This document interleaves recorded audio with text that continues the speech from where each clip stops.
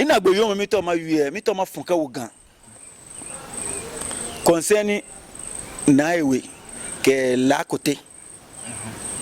shicha menyo ji amekpa no na amefio amenyo fa mbanya me yenumo le baya no gbeja no to pepepe because shia fe shia ni ewale yojo ojogba wo ye tuse won ke yin won no ke la côté e ya fe ewale che ne ye tuse ni na ewe badumoyin sana me fe team up na me wo gan machi amekpa no na amefio agbe no ni di enyo na ewe ke gbobu amekpa position epele mo because ko ye ni show ye na me fe team up na ke funjele no fiare wo to ejele ni won to wo ye ko ba wo no fiare wo to wo ye ye jele mi ni wo to wo ye ko wa ba wo ba ye ka won to lo won e ba wo won to atanu no pa fi atale ko ba wo ni won to shika ko ba wo no ko ye aye no ni ko tun na eno ni na ye no wo chole na ye bosurobo untu lawon egbe lawon lo jele nfe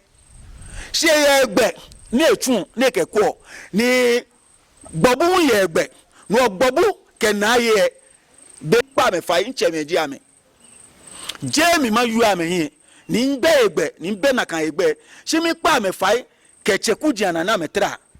ke ni bi na metra na nke pa me fa ke ametima me kaja metima me ye amanya me wo gan machine no fia no ya no gan tin ese ba fo aja ke moko ba bote na ese e ba fi na ese moko ba fi gbobu se ne ba chimi aka afi shikeji amenyo ne ama fe master se because kaja blema ni na ye yo ni gbobu yo ameshina pepepe mene ba nyin sho na mene ba kpa mene bele mi to ne bene ba ke mene ba wa pe na me yo ni te gwara me fia no together mi no mene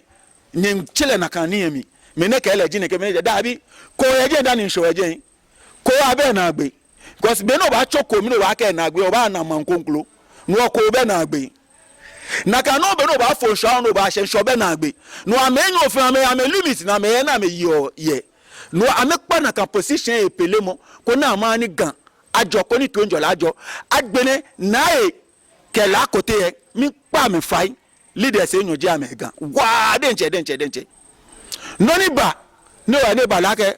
la kote eyele nu mo eche ni eyeko etawo na ewe la won etawo no ni important ni ba shineke story ni mi je gan ojimi ojogba nje gbe ntawo na kansani emi ojogba no mi pa me nyon fe fai video ne ebo modern ne sha mi ko na me tawo mi ko ni amani twenjole abagan sikeji amenyo ne ame mu ame pe no fia no se ba fo ye gan twa ni ame fe ya me manje juna jo